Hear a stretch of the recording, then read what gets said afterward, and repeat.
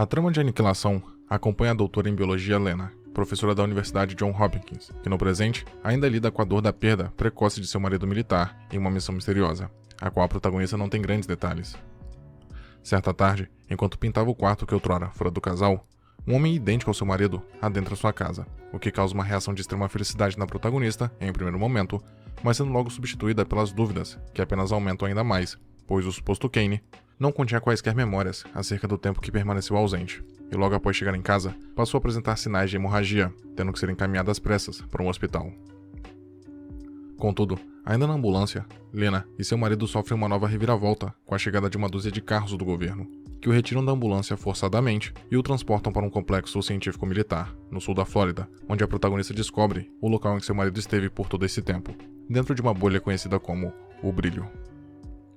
Ao se informar acerca da natureza do fenômeno, os cientistas ali presentes descrevem-no como fruto de um meteoro que teria caído em um farol já há alguns anos, e que desde então vinha provocando inúmeras mudanças no entorno, estando qualquer um que adentrasse seus limites incomunicável com o mundo exterior. Desde a queda do meteorito, a região vinha se expandindo, com famílias tendo que ser deslocadas e missões sendo enviadas para tentar entender o que estaria ocorrendo, mas todas sem sucesso, com uma taxa de mortalidade quase que absoluta, excetuando-se apenas Kane, que aparentemente havia conseguido deixar o Brilho mais seriamente ferido, pois apresentava sintomas de uma falência múltipla de órgãos, o que em tese seria fruto de uma alta dose de radiação. Na tentativa de buscar respostas do que teria ocorrido com seu marido, Lena, que descobre haver uma missão planejada para adentrar o Brilho em alguns dias, decide se juntar ao grupo liderado pela Dra. Ventress, psicóloga do complexo, que já havia atendido anteriormente, e que a aceita na missão devido aos seus títulos na área da biologia e experiência militar, sendo apresentada ao restante do grupo, composto inteiramente por mulheres, com estas, finalmente, entrando e descobrindo pouco a pouco os segredos e perigos que o Brilho guardava para aqueles que o adentrassem. Muito do receio por parte dos produtores em lançar o filme nos cinemas, bem como as críticas negativas que recebeu, se dão em virtude da falta do compromisso da narrativa em fornecer respostas fáceis para as questões que se propõe a levantar. A trama é extensivamente densa, sendo necessária uma minuciosa atenção aos mínimos detalhes para se entender todo o contexto. Em um diálogo ainda no primeiro ato entre Lena e a Dra. Ventress, esta última explica que há uma grande e fundamental diferença entre o suicídio e a autodestruição. Enquanto casos de suicídio, mesmo que escassos, se comparados ao quantitativo mundial da população, são amplamente divulgados e conhecidos por qualquer um, a autodestruição, embora menos divulgada e conhecida, está presente na vida de quase todos os seres humanos viventes, se manifestando de diferentes formas, muitas vezes imperceptíveis para seus portadores. Cigarros, bebidas, drogas e vícios em geral se manifestam em quase todos os seres humanos, degradando e diminuindo a vida em prol de um prazer momentâneo. E no momento em que a Lena questiona a Dra. Ventress o porquê de tais hábitos serem tão perpetuados, esta a responde que ela própria estaria ainda mais apta para responder, pois tal impulso pela autodestruição não era um fenômeno característico do subconsciente ou da psique dos seres humanos, mas algo que já se manifesta desde seu nível celular, com cada célula contendo dentro de si um instinto para se autodestruir em dado momento, sendo, portanto, uma característica essencial de todo ser vivo. Isso é discorrido no enredo através da presença do grupo de cientistas. Ao contrário de Lena, que tinha uma razão sólida para adentrar o Brilho, investigar e sair de lá com vida, todas as demais integrantes manifestavam quase que explicitamente esse impulso de autodestruição, com cada qual cultivando um hábito ou uma intenção uma vez que estivessem ali.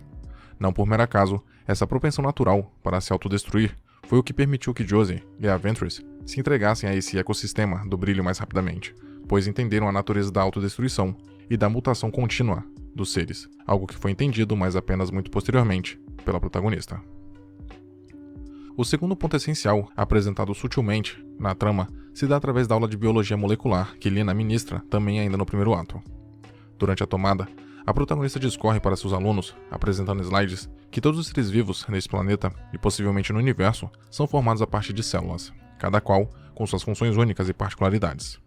Somado a isso, fica no ar uma implícita comparação entre o ecossistema terrestre, o planeta Terra como um todo, e uma grande célula contendo tudo o que existe aqui. Segundo a filosofia do holandês Baruch Spinoza, a interpretação de Deus e universo pelos povos indo-europeus, desde a antiguidade até a era moderna, era equivocada, pois este não se trataria de um ser de causa externa, isto é, separado de sua criação, mas inerente a tudo o que existe, se manifestando na natureza e em todos os seres a todo momento, pois todos agiriam, se moveriam e mutariam através deste, sendo as próprias leis da natureza as próprias leis de Deus. Essa interpretação implica em uma unidade universal, pois tudo, de alguma forma, estaria conectado através da divindade, pois tudo, em algum grau, seria parte da divindade, dessa existência única e universal, interna a tudo que existe. Já no término da aula de biologia molecular, através de um breve comentário para seus alunos, Lina lhe disse que em sua próxima palestra, o tema seria os impactos do câncer nas células humanas, o que novamente, de forma metafórica, consegue estabelecer paralelos diretos com a trama, mais precisamente com a presença do brilho em que adentra posteriormente. Dessa forma, o meteorito, que havia caído no farol e iniciado as mudanças promovidas pelo brilho, pode ser comparado metaforicamente a um vírus, como um câncer que vinha se multiplicando dentro do ecossistema terrestre. Este adentrou a unidade celular terrestre e, a infectando, passou a promover mudanças e mutações que são as responsáveis pela criação de todas as espécies e particularidades vistas pelas personagens quando adentram o brilho, que não compreendem, em um primeiro momento, que tal processo, mesmo que deturpasse as leis naturais terrestres, era apenas mais um passo da evolução e da mutação natural dos seres, que estavam apenas se adaptando de forma muito rápida. No início da expedição, quando adentram o brilho, o grupo de cientistas, mais precisamente Lina, parece não acreditar e afirma inúmeras vezes que as mutações encontradas dentro do prisma eram impossíveis, exibindo até mesmo expressões de horror quando se depara com tais fenômenos. Contudo, intercalando tais descobertas com seu depoimento após deixar a região, Lina parece ter mudado de opinião, dizendo que mesmo sendo assustador em dados momentos, ainda assim, se analisado por outra perspectiva, havia muita beleza dentro do brilho, pois todas as mutações e novas espécies que eram criadas a velocidades irrefreáveis ali dentro, mesmo que não naturais, ainda assim, continham um intrínseco valor dentro de si. A autodestruição ou aniquilação, que era interpretada inicialmente como algo nocivo e radical por todas as personagens, com o tempo, foi se provando não como algo ruim, mas como um processo natural de todos os seres, que transcendia a preconcepção que alimentavam dentro de si. Josie Radek, a física que apresentava impulsos para a automutilação e presumivelmente suicídio, foi a primeira das 3 sobreviventes finais a perceber a naturalidade desse ciclo constante de eternas mudanças em todos os seres do universo. A chegada do meteorito no ecossistema terrestre e todas as mutações que vinha promovendo estavam de fato alterando irreversivelmente o panorama terrestre. Entretanto, tais alterações não eram malignas, tampouco artificiais. A mutação é um processo natural de tudo que existe, o que já havia sido percebido por Heráclito, um filósofo naturalista grego, séculos antes de Cristo. E tais mudanças, mesmo que em uma velocidade acelerada, se comparadas às comumente terrestres, apenas afirmavam tal natureza, o que foi compreendido por Josie, que entendeu que sua morte não seria um fim em si só, mas apenas um novo começo, pois na natureza nada se cria, nada se destrói, tudo se transforma. E tendo isso em mente, a personagem se entrega voluntariamente para uma mutação que a alteraria fundamentalmente, a fazendo deixar de existir como anteriormente, mas ainda assim a faria continuar fazendo parte dessa unidade universal. A Dra. Ventress, que embora não disponha de tempo de tela para discorrer sobre suas descobertas, também se entrega voluntariamente para uma mutação, o que é presenciado por Lina quando esta chega ao farol, o que por consequência faz com que esta também entenda a verdadeira natureza da existência e do movimento de todos os seres. Enquanto está sendo interrogada, é dada uma ênfase para uma tatuagem no braço da protagonista, que não havia sido mostrada em nenhum momento da missão, o símbolo de Ouroboros, a serpente que consome sua própria cauda. Tal símbolo milenar, já utilizado em diversas culturas e principalmente em manuscritos alquímicos, que significa aquele que consome a própria cauda, remete a uma ideia de eternidade e constante mudança, pois uma serpente, que consome a si própria, está eternamente se mutando, destruindo sua parte mais antiga e dando origem a algo completamente novo a partir disso. Essa mudança na caracterização de Lina faz alusão à sua mudança de perspectiva acerca da natureza dos seres. A protagonista, enquanto no farol, percebeu que, mesmo com toda a destruição do passado e do que era tido como natural no planeta Terra, esse câncer que vinha mutando infinitamente o ecossistema local, ainda assim estava criando coisas novas, sendo portanto o meteorito apenas um agente evolutivo, que dava continuidade a esse ciclo eterno de mudanças que seres tão breves quanto os seres humanos tentavam deturpar e frear a todo custo, por medo do que isso poderia representar para si próprios. O ato final do longa, que gerou a maior parte das opiniões controversas acerca deste, ilustra perfeitamente esse pensamento de autodestruição, e sobretudo, de criação de algo inteiramente novo a partir disso, como Ouroboros exemplifica. Ao se deparar com uma cópia mimética de si própria, sintetizada pelo brilho, Lina inicialmente tenta lutar contra essa mudança e essa nova natureza a todo custo, o que aparentemente consegue com êxito, incinerando o local e não somente matando a criatura, mas também acabando com toda a influência do brilho na região.